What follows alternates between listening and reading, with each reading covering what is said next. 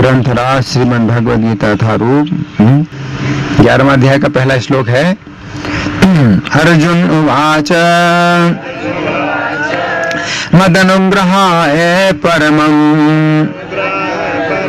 गुह्यम् अध्यात्म संगीतम् यत्त्वयोक्तं वचस्तेन मोहोऽयं विगतो मम। इस श्लोक को समझेंगे। इस श्लोक में शुरू के जो शब्द हैं वो क्या है? मद अनुग्रहाय, यानी मेरे ऊपर कृपा करने के लिए। ये श्लोक प्रारंभ हो रहा है कहाँ से? मेरे ऊपर कृपा करने के लिए। परमम गुह्यम, आपने जो कहा है वो कैसा है? परमम गुह्यम, ये बहुत सर्वोच्च गोपनीय। गोपनीय का मतलब है सामान्यतया जो बातें नहीं बताई जाती। अर्जुन को भगवान जो बातें बता रहे हैं सामान्यतया वो बातें नहीं बताते हैं, क्योंकि भगवान मनुष्य की लीला कर रहे हैं। तो मनुष्य की लीला में भगवान ये बातें नहीं बताते हैं कि वे कौन है और उनकी क्या महिमा है। तो भगवान ने अपनी महिमा जो बतलाई है वो परम गोपनीय है। परमम गुह्यम अध्यात्म संगीतम, और ये अध्यात्म नाम से ये जाना जाने वाला ये वचन है। आपने जो उपदेश दिया है वो अध्यात्म का उपदेश दिया है। अध्यात्म संगीतम यत्त्वयोक्तम, जो आपके द्वारा कहा गया है। वचः वचन, उपदेश, जो आपके द्वारा उपदेश कहा गया है। मोहोऽयं विगतो मम, ये मेरा मोह है विगत हो गया है। मेरा ये मोह विगत हो गया है। कौन सा मोह विगत हो गया है? अर्जुन जो देख रहे थे ना, ये मेरे ये मेरे चाचा हैं, ये मामा हैं, भतीजे हैं, साले हैं, जीजा हैं, कितने मतलब रिश्ते अर्जुन को दिखाई दे रहे थे और अर्जुन युद्ध नहीं करना चाहते थे। तो मोहो अयम विगतो मम, ये मेरा मोह है विगत हो गया है। अब हम सुनेंगे प्रभुपाद तात्पर्य में क्या लिखते हैं। श्रील प्रभुपाद की। इस अध्याय में कृष्ण को समस्त कारणों के कारण के रूप में दिखाया गया है। ये जो अध्याय है इसमें दिखाया गया है। इसके पहले तो भगवान ने बताया था, लेकिन इस अध्याय में भगवान दिखा रहे हैं। तो इस अध्याय की जो विशेषता है वो ये है कि भगवान केवल कहते नहीं है बल्कि दिखाते भी हैं। ये विशेष है कि कोई व्यक्ति जो है अगर अपने को कहे कि मैं भगवान हूँ, है ना, तो आप उसको जो है चुनौती दे सकते हैं कि अगर आप हैं तो दिखाओ आप कैसे भगवान हैं, है ना। तो भगवान ने अपने शरीर में संपूर्ण विश्व दिखाया है और भी कहा कि जो कुछ भी तुम देखना चाहो वो भी देख लो। भूत, भविष्य, वर्तमान की जो है कोई भी बात जो देखना चाहो, किसी भी स्थान की कोई भी बात देखना चाहते हो वो भी देख लो। भगवान ने जो है मतलब इतना अपने को साबित किया है। तो ये अध्याय इसलिए बहुत महत्वपूर्ण है क्योंकि इसमें कोई व्यक्ति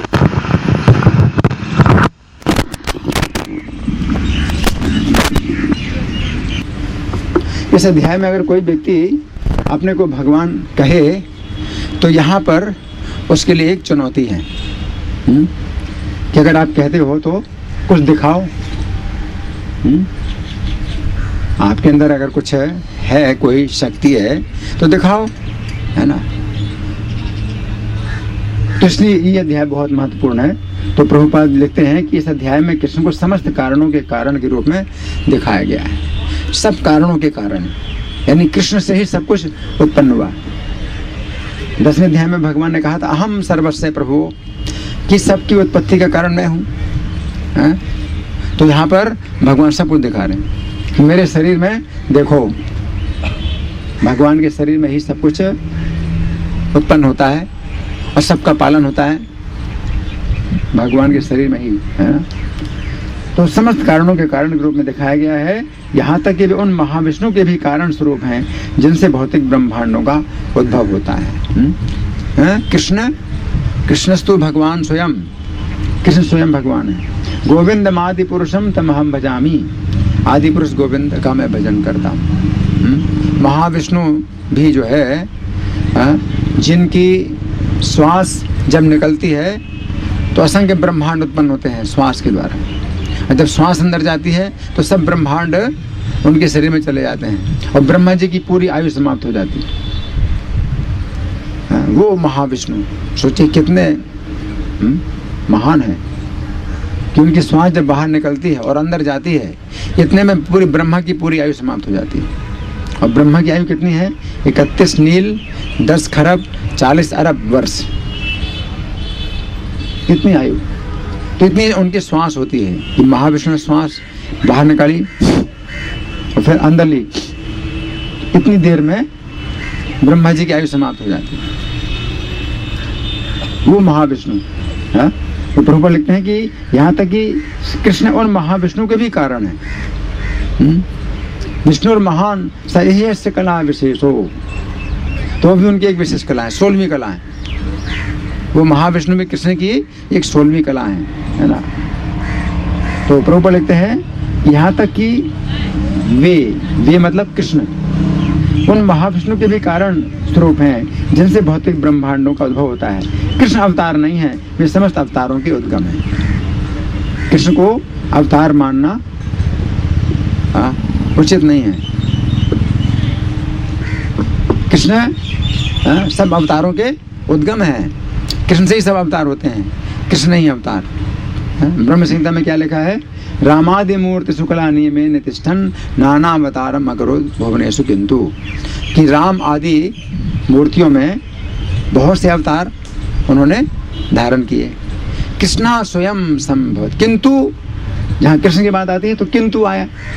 जितने अवतारों की बात है उसमें तो आया कि भाई ये अवतार हैं। जहाँ तक कृष्ण की बात आती है तो किंतु कृष्णा स्वयं सम अभवत परमः अपमानो, किंतु कृष्ण स्वयं भी कभी कभी परम पुरुष आते हैं। गोविंद आदि पुरुषम तमहम भजामि, मैं आदि पुरुष गोविंद का भजन करता हूँ। ब्रह्मा जी ये बात कह रहे हैं। तो यहाँ पर प्रभुपाद लिखते हैं कि कृष्ण अवतार नहीं है, वे समस्त अवतारों के उद्गम है। इसकी पूर्ण व्याख्या पिछले अध्याय में की गई है। अब जहाँ तक अर्जुन की बात है, उनका कहना है कि उनका मोह दूर हो गया है। इसका अर्थ यह हुआ कि वे कृष्ण को अपना मित्र स्वरूप सामान्य मनुष्य नहीं मानते, अभी तो उन्हें प्रत्येक वस्तु का कारण मानते हैं। मोह 2 प्रकार का मोह है। एक तो मोह है अर्जुन का कि मेरे मित्र हैं और मेरे जैसे हैं, और दूसरा मोह है ये हमारे संबंधी हैं, ये भाई हैं, भतीजे हैं, मामा हैं, साले हैं, तो ये मोह है। तो ये जो मोह है वो अर्जुन को युद्ध करने में बाधा डाल रहा है। और कृष्ण के प्रति जो मोह है कि मेरे मित्र हैं, तो ये बाधा नहीं डालता। लेकिन जब अर्जुन कृष्ण को समझे कि कृष्ण परम कारण है, सबके कारण है, तो उनका वो मोह दूर हुआ। कौन सा मोह दूर हुआ? कि हमारे ये भाई भतीजे साले जीजा है ना, ये मोह दूर हुआ। तो प्रभुपाद लिखते हैं अर्जुन अत्यधिक प्रबुद्ध हो चुके हैं और उन्हें प्रसन्नता है कि उन्हें कृष्ण जैसा मित्र मिला है, किंतु अब वे ये सोचते हैं कि भले ही वे कृष्ण को हर एक वस्तु का कारण मान लें, किंतु दूसरे लोग नहीं मानेंगे। देखो अर्जुन को चिंता है। किस बात की चिंता है? कि कृष्ण ने अपने आप को जो बताया है वो मैं तो समझ पाया, लेकिन दूसरे लोग नहीं समझ पा रहे हैं। दूसरे लोग कितने अज्ञान में हैं। तो अर्जुन की चिंता है कि दूसरे लोगों को भी ये ज्ञान मिले। ये भक्त का स्वभाव है। अगर भक्त को जो है कुछ ज्ञान मिलता है, भगवान की भक्ति मिलती है, तो सोचता है सबको मिले, सब पाए ऐसी भक्ति। तो अर्जुन जो है अर्जुन की चिंता है कि जैसा मैंने कृष्ण को समझा है वैसा दूसरे लोग भी समझें कृष्ण को, है ना। तो दूसरे लोग नहीं मानेंगे। अर्जुन ने कहा कि मैंने तो मान लिया, लेकिन दूसरे लोग नहीं मानेंगे। अतः इस अध्याय में वे सबों के लिए कृष्ण की अलौकिकता स्थापित करने के लिए कृष्ण से प्रार्थना करते हैं कि वे अपना विराट रूप दिखलाएं। ये प्रार्थना कर रहे हैं। क्यों प्रार्थना कर रहे हैं अर्जुन? कि विराट रूप दिखलाएं। क्योंकि आगे चल करके और भी लोग कहेंगे कि हमने भी गीता पूरी याद कर ली है, और जैसे कृष्ण ने अर्जुन को गीता सुनाई थी वैसे मैं अभी आपको गीता सुना देता हूँ, तो मैं भी भगवान हूँ, मैं भी तो मैं कृष्ण से कम थोड़े हूँ। आगे चलकर बहुत से बदमाश लोग कहेंगे कि मैंने भी गीता पूरी याद कर ली है, और कृष्ण ने गीता अर्जुन को सुनाई थी तो मैं भी सुना देता हूँ, तो मुझे भी भगवान मानो, है ना। तो फिर आपके पास ये प्रश्न उठेगा कि जैसे अर्जुन ने कहा था कि मुझे अपना विराट रूप दिखलाइए, तो आप भी अपना विराट रूप दिखलाइए, है ना। तो यहाँ पर फिर वो निरुत्तर हो जाएगा।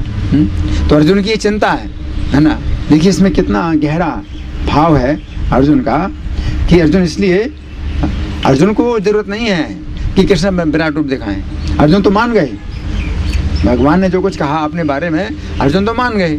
लेकिन दूसरे लोग क्या सोचेंगे, दूसरे लोग सोचेंगे कि अर्जुन तो मित्र हैं, तो अपने मित्र की बात को माना, है ना। तो इसलिए कोई व्यक्ति अपने मित्र को भगवान घोषित करेगा, है ना। तो इसलिए दूसरे लोग नहीं मानेंगे कृष्ण को भगवान। अतः ये वस्तुतः जब कोई अर्जुन की ही तरह कृष्ण के विराट रूप का दर्शन करता है तो वो डर जाता है, किंतु कृष्ण इतने दयालु हैं कि स्वरूप को दिखाने के तुरंत बाद वे अपना मूल स्वरूप धारण कर लेते हैं। अर्जुन डर गए, भय न चा प्रव्यथितम मनो में। जब अर्जुन ने कहा भय से मेरा मन बहुत व्यथित हो रहा है ना, तो भगवान क्या कहते हैं, तदेव मे रूपमिदं प्रपश्य, अब मेरा तुम यही रूप देखो, है ना। तो भगवान ने अपना विराट रूप जो है समेट लिया। अर्जुन कृष्ण के इस कथन को बार बार स्वीकार करते हैं कि वे उनके लाभ के लिए ही सब कुछ बता रहे हैं। कृष्ण ने जो कुछ भी बताया 10वें अध्याय में अपनी विभूतियां बताई, और 9वें अध्याय में भी अपना प्रभाव बताया, है ना। तो अर्जुन समझ रहे हैं कि मेरे ऊपर कृपा करने के लिए आपने बताया। कोई सोचेगा कि कृष्ण अपनी ईश्वरता स्थापित करने के लिए बता रहे हैं, है ना।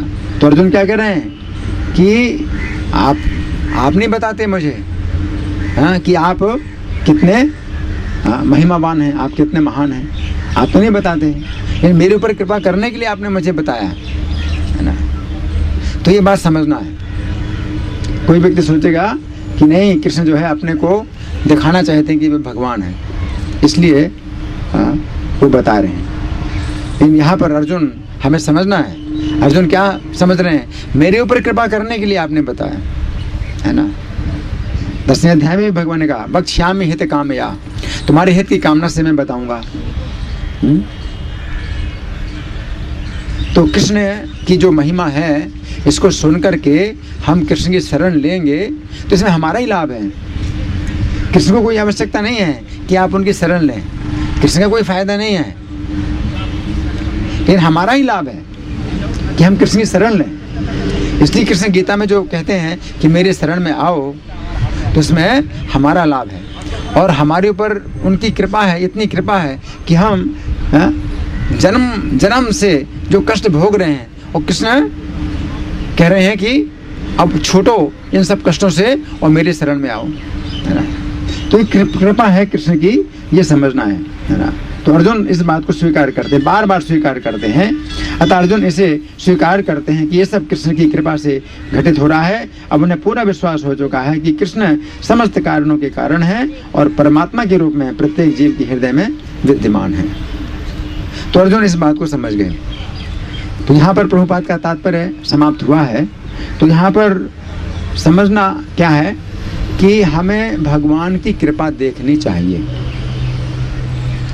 मुख्य बात यह है, हमें भगवान की कृपा देखनी चाहिए, और कृपा देखने का अगर स्वभाव हमारा बन जाए है कि ये भगवान की कृपा है। कोई व्यक्ति अगर भगवान की कृपा मानता है, किसी भी घटना में भगवान की कृपा मानता है, तो फिर भगवान की उसको कृपा और मिलती है। अभी हम जो पुस्तक लेके आए हैं तो ये श्री कृष्ण कृपा के दिव्य चमत्कार ये पुस्तक है, जो कि आपको हम देने के लिए आए हैं। तो इसमें भगवान ने कैसी लीलाएं करी हैं हमारे साथ में, और कैसे अपने कृपा के संकेत दिए हैं, वो बड़ी अद्भुत घटनाएं जो पहले कभी नहीं सुनी गई हैं, ऐसी घटनाएं हैं ये। और ये श्लोक भी मुझे मिला तो ये भी कृष्ण की ही कृपा से मिला है। ये श्लोक भी मुझे मिला है, तो कृष्ण की कृपा से मिला, मैंने कुछ नहीं सोचा था। तो दामोदर प्रिया ने मुझे कहा कि 10वां अध्याय पूरा हो गया, 11वां अध्याय शुरू करना है। मैंने कहा ठीक है, शुरू कर देंगे। और समय मैंने नहीं सोचा था कि कृष्ण की कृपा से ही शुरू होगा ये श्लोक है। और दूसरा शब्द है यह त्वयोक्तम वचस्तेन, आपके द्वारा जो वचन कहा गया। तो पहले भी हमने किताबें लिखी, श्री भगवान ने कहा है, तो त्वया उक्तम वचः, और श्री भगवान ने कहा, ये भी जो है शब्द इसी श्लोक में मिले हैं। तो मेरी 7 किताबें वो भी छप चुकी हैं, श्री भगवान ने कहा, तो उनका भी जो है ये नाम यहाँ पर मिल रहा है। और मेरे ऊपर कृपा करने के लिए अर्जुन ने जो कहा है, तो वो भी जो है हमारी किताब अभी जो हाल में छपी है, तो उसका संकेत मिल रहा है इस श्लोक में। तो भगवान की मतलब इसमें कितनी कृपा है कि कैसा घटना का योग बना है। तो भागवतों में बताया गया है कि तत्तेनुकंपाम सुसमीक्षमाणो, अगर कोई व्यक्ति अपने जीवन में आपकी कृपा हमेशा देखता है, उसने आदत बना ली है भगवान की कृपा देखने की, मतलब वो जो है हर बात का अर्थ इसी प्रकार से निकालता है कि नहीं, इसमें भी भगवान की कोई कृपा है। जैसे सुदामा जी थे, तो सुदामा जी अपनी पत्नी के कहने से कृष्ण के पास गए द्वारका में। तो पत्नी ने क्या कहा, वो पत्नी से बोले कि मैं कृष्ण से नहीं मांगूंगा, ये मेरे लिए बड़ी लज्जा की बात है कि मैं उनसे मांगने के लिए जाऊं। तो पत्नी ने कहा कि नहीं, आप मांगने के लिए मत जाइए, उनसे मिलने के लिए जाइए, वो बिना मांगे दे देंगे। तो सुदामा जी का ठीक है, बिना मांगे देंगे तो ठीक है, लेकिन मैं मांगने के लिए नहीं जाऊंगा, मित्रता में जो है मैं कलंक नहीं लगाऊंगा। तो सुदामा जी गए और इतना कृष्ण ने प्रेम किया, इतना स्वागत सम्मान पूजा सब कुछ की और घर में रखा। और जब गए बाहर तो कृष्ण ने विदाई भी दी, लेकिन कुछ दिया नहीं। तो सुदामा जी ये भी सोच सकते थे कि कृष्ण जो है कितने कंजूस हैं, मतलब उल्टा भी सोच सकते, उल्टा सोचने का मौका था। लेकिन भक्त का स्वभाव क्या होता है, वो हमेशा कृपा ही देखता है। तो अपनी बुद्धि से उन्होंने कुछ अंदाज़ा लगाया कि यहाँ भी कृपा है, तो क्या कृपा हो सकती है। तो उन्होंने सोचा कि यही कृपा हो सकती है कि उन्होंने मुझे कुछ नहीं दिया कि मैं उनको भूल जाऊँगा, उनका भजन नहीं करूँगा, तो इसलिए उन्होंने मुझे नहीं दिया। अब भगवान ने तो इतना दिया है कि कुछ सोच भी नहीं सकता, सुदामा जी को पता भी नहीं कितना दिया है भगवान ने, लेकिन नहीं दिया, उनको यही पता चला कि कुछ नहीं दिया, तो इसमें भी उन्होंने कृपा देखी। तो कृपा देखना एक तरीका होता है कि आप भगवान की कृपा देखी कि भगवान की कृपा है। अगर कुछ उल्टी भी घटना हो जाती है आपके साथ में, तो उसमें भी अगर आप दिमाग लगाएं कि हाँ इसमें भी कृपा हो सकती है, तो आपको कृपा दिखाई देगी। जैसे मान लीजिए कोई मंदिर में जाता है भगवान के दर्शन करने के लिए, और दर्शन करके निकले बाहर और सीढ़ी से पैर फिसल गया और पैर टूट गया, है ना। तो वो ऐसे भी सोच सकता है कि देखो मैं मंदिर गया और देखो उल्टा परिणाम हुआ, मतलब बेकार, ये जो है भगवान का कितना खराब स्वभाव है, कि मेरा पैर टूट गया क्योंकि मैं मंदिर गया था। तो भगवान जो है बड़े कठोर हैं, उनके अंदर कुछ कृपा नहीं है, दया नहीं है। लेकिन जो भक्त है वो ऐसे भी सोचेगा कि मैं मंदिर गया और मेरा पैर टूटा, ये भगवान की बड़ी कृपा है, क्योंकि मेरे साथ और भी बड़ी दुर्घटना होनी थी तो पैर ही टूटा है। तो ऐसे भी सोचने का तरीका है। तो अगर हम इस प्रकार से सोचते हैं तत्तेनुकंपाम सुसमीक्षमाणो, कि भगवान की कृपा को जो है हमेशा देखना, अगर नहीं दिखाई दे रही है तो भी देखने की कोशिश करें, मानते हैं इस तरह से। और फिर अगर किसी भी प्रकार से नहीं दिखाई दे रही, नहीं मेरा तो कुछ भी दोष नहीं है और मेरे साथ ऐसा उल्टा हो रहा है, बहुत उल्टा हो रहा है, तो फिर क्या करना है, भुंजान एव आत्मकृतम विपाकम, मेरा पिछले जन्म का कुछ कर्म था ऐसा, तो उसमें भगवान का दोष ना मान करके अपना दोष माने कि जो कुछ भी उल्टा हो रहा है मेरे साथ में, दुर्घटना हो रही है, तो मेरे अपने कर्म हैं। तो भगवान में जो है दोष ना देखना, भगवान में गुण देखना हमेशा, और अपने अंदर गुण ना देखना, अपने अंदर दोष देखना हमेशा। अगर कोई व्यक्ति इस प्रकार से अगर जीवित रहता है, भुंजान एवात्मकृतम विपाकम हृदवाग वपोभिर विदधन नमस्ते, और हृदय वाणी और शरीर से भगवान को नमस्कार ही करता है। जीवे जो मुक्ति प्रदेश सदा भात, अगर जीवन इस प्रकार से उसका अगर बीते तो जीवन के अंत में मुक्ति का जो पद है उसको उसी प्रकार से मिल जाता है जैसे पुत्र को अपने पिता की संपत्ति मिल जाती बिना मांगे। पुत्र का जो है केवल इतना ही काम है कि जीवित रहे और पिता के साथ अच्छे संबंध बनाए रखे, बस, तो उसको पिता की संपत्ति का अधिकार मिल जाता है। केवल जीवित रहना है, पुत्र की तरह रहना है। तो इसी प्रकार से अगर हम जीवित रहते हैं पूरा जीवन भर, कृष्ण की कृपा देखें हमेशा अपने दोष, कुछ उल्टा हो रहा है तो मेरे ही दोष हैं, और कुछ अच्छा हो रहा है तो मेरा गुण नहीं है, ये कृष्ण की कृपा है। तो अपना गुण नहीं देखना। लेकिन जो नास्तिक है वो अपना गुण देखता है, कुछ अच्छा होता है तो मेरा गुण है, जैसे भगवान की क्या कृपा है तो मेरा गुण है, और कुछ उल्टा होता है तो इनका दोष, इनका दोष, इनका दोष, सबका दोष और भगवान का दोष, मेरा क्या दोष है।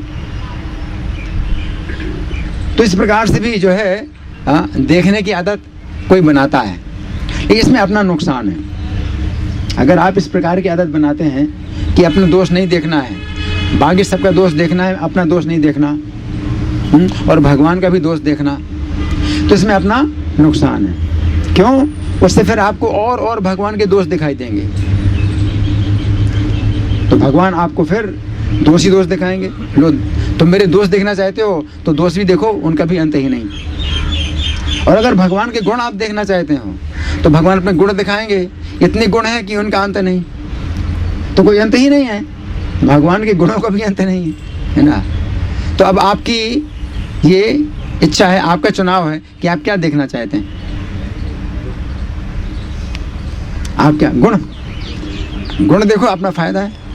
भगवान की कृपा देखो तो अपना फायदा है। कृपा देखोगे तो कृपा ही कृपा दिखाई देगी, और इतनी कृपा दिखाई देगी आप सोच भी नहीं सकते कितनी कृपा, कितनी कृपा। तो ये तरीका है हमें भगवान की कृपा देखना है।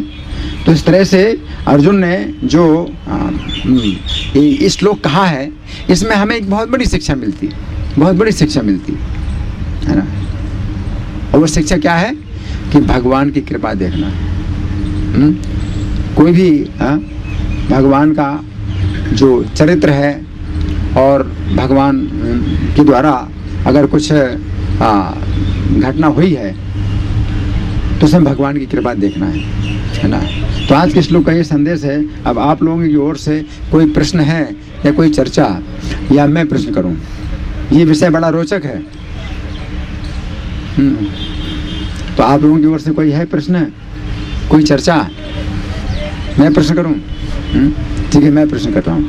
अच्छा, आपको? बहुत से लोग इससे भक्ति छोड़ देते हैं, जीवन में समस्या आती है, दुख आता है, तो कैसे हम उनको कन्विंस कर सकते हैं? हाँ, इनका अच्छा प्रश्न है। बहुत से लोग भक्ति छोड़ देते हैं, कुछ समस्या आती है, दुख आता है तो वो छोड़ देते हैं, है ना। किसी व्यक्ति ने 1 लाख रुपए का दान दिया और उसके लड़के की मृत्यु हो गई, तो वो क्या सोचता है, देखो मैंने मंदिर में 1 लाख रुपए का दान किया और मेरा लड़का मर गया, है ना, तो इसका मतलब मंदिर को दान नहीं देना चाहिए। तो इस तरह से लोग सोचते हैं। तो इसके लिए हमें भक्तों का संग करना चाहिए, हरे कृष्ण मंत्र का जप करना चाहिए, भक्तों का संग करना चाहिए। रोज भगवद गीता का कम से कम 1 श्लोक पढ़िए। अगर आप ज़्यादा नहीं कर सकते तो भगवद गीता का रोज 1 श्लोक पढ़िए। और कौन सी भगवद गीता? भगवद गीता यथारूप, है ना। तो इसमें प्रभुपाद का जो तात्पर्य है उसके साथ श्लोक पढ़िए, उसका शब्दार्थ पढ़िए, उसका अनुवाद पढ़िए, तात्पर्य पढ़िए, कम से कम 1, और ज़्यादा पढ़ने वाला बात है। और ऐसा नहीं कि एक बार गीता पूरी हो गई तो आपने बंद कर दी, ये लगातार। और प्रभुपाद की जितनी पुस्तकें हैं आप जो है वो पढ़ते हैं तो आपको सीधे कृष्ण का संग प्राप्त होता है, भगवान का संग सीधे प्राप्त होता है ना। तो इतने भगवान जो है सुलभ हैं, जबकि भगवान बहुत दुर्लभ हैं। ब्रह्मा शिव के लिए भी दुर्लभ हैं भगवान। लेकिन अगर हम प्रभुपाद की पुस्तकों का संग करते हैं, गीता के श्लोक, प्रभुपाद के तात्पर्य पढ़ते हैं, तो भगवान आपके बहुत निकट हैं। और इस प्रकार से अगर आप भगवान को समझने का एक तरीका अपना लेते हैं, आपको कुछ समझ में नहीं आता, लेकिन तो भी इतना समझ लें कि भगवान तो कृपालु हैं। एक व्यक्ति था, गीता का रोज पूरा पाठ करता था, पूरा उसके गुरु की आज्ञा थी कि रोज गीता का पूरा पाठ 18 अध्याय पाठ करना। तो 18 अध्याय पाठ करता था, लेकिन वो संस्कृत नहीं जानता था, तो अशुद्ध पाठ भी होता था और अर्थ उसको समझ में आता ही नहीं था। लेकिन पाठ करते हुए उसकी आंखों से आंसू बहते थे और कंठ गदगद, आवाज़ गदगद हो रही है और कंपन हो रहा है शरीर में। तो श्री चैतन्य ने जब देखा तो उससे पूछा कि गीता की किस अर्थ का जो है ध्यान करके, विचार करके आपको इतना आनंद आ रहा है। तो बोला कि मैं तो गीता नहीं समझ पाता हूँ क्योंकि मैं संस्कृत नहीं जानता हूँ। मेरे गुरु ने आदेश दिया है मैं पूरी गीता पाठ करूँ, तो मैं रोज़ पढ़ता हूँ। मुझे तो केवल इतनी समझ में आता है कि कृष्ण कितने दयालु हैं कि अर्जुन का रथ चला रहे हैं, जबकि असंख्य ब्रह्मांडों के स्वामी हैं। तो कितने दयालु हैं, कृष्ण अर्जुन का रथ चला रहे हैं। तो इसी बात को सोच करके ही मेरे आंखों से आंसू बहते हैं और कंपन होता है शरीर में, रोमांच हो रहा है। तो भगवान श्री चैतन्य बोले गीता का असली अर्थ तो तुम ही जानते हो। और श्री चैतन्य ने उसको अपने हृदय से लगा लिया। तो वो समझ गया कि वही कृष्ण है जो भगवत गीता अर्जुन को सुना रहे हैं, वही कृष्ण मुझे अपने हृदय से लगा रहे हैं। उसको जो है तत्व मालूम हो गया, कृष्ण का तत्व उसको मालूम हो गया। तो कहने का मतलब ये है कि गीता को समझने का जो तरीका है, कृष्ण को समझने का तरीका यही है कि हम उनकी कृपा देखें। इसमें आप भक्ति में आगे बढ़ेंगे और आप सुरक्षित रहेंगे। भक्ति आमाम भी जाना थी यावान यस्यास्मि तत्वतः। तो भक्ति के द्वारा कोई व्यक्ति जान लेता है कि मैं कौन हूँ और कैसा हूँ। तो तत्व से जानने का मतलब यही है, उनकी कृपा आपको और दिखाई देगी और कृपा दिखाई देगी। तो यही तत्व है जो कि हमें समझना है और शुरुआत भी करनी इसी से, और इसी में ही समाप्ति होगी। समाप्त तो होगा ही नहीं, क्योंकि भगवान की कृपा का अंत नहीं है कि आप सोचें कि भाई अब इतनी कृपा है और मुझे मिल गई, अब बस। उनकी कृपा का कोई अंत ही नहीं है। कृपा का समुद्र, भगवान कृपा के समुद्र हैं। जैसे समुद्र की थाह आप नहीं पा सकते, ऐसे तो जितनी आप गहराई में जाते हो उतनी गहराई मिलती जाती है भगवान की कृपा की। तो यही भक्ति का जीवन है, ये कभी समाप्त नहीं होता, कभी भी अंत नहीं आता कि भगवान आप सोचें भगवान की इतनी कृपा मिल गई, अब तो जो है यहाँ से सप्लाई अब बंद है।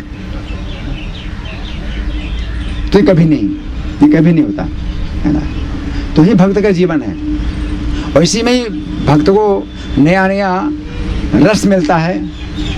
यस्मिन् स्थितो न दुखे ने गुरु नापि विचाले थे। इस विचार में अगर स्थित हो जाए तो बड़े से बड़े दुख से भी वो विचलित नहीं होता। तो इनका जो प्रश्न है ये बहुत अच्छा प्रश्न है। हमें पहले से तैयार रहना चाहिए, कोई भी स्थिति हो, कैसी भी स्थिति हो। ये भौतिक संसार ऐसा ही है और जो कुछ हो रहा है वो कम ही हो रहा है। अगर आप देखें इस संसार में कितने कष्ट हैं, असीमित कष्ट हैं। आप तो बहुत सुरक्षित हैं, आपके पास तो कुछ भी नहीं, ये तो कुछ भी नहीं। अगर आप ऐसे देखेंगे तो आपको ऐसे ही दिखाई देगा कि जितना आपको मिल रहा है ये तो कुछ भी नहीं है, इससे ज़्यादा और करोड़ों गुना ज़्यादा कष्ट है। आपको मनुष्य का जीवन दिया है तो ये भी बहुत बड़ी कृपा है। आपको मनुष्य का जीवन नहीं मिलता, ये बहुत बड़ी कृपा है ना।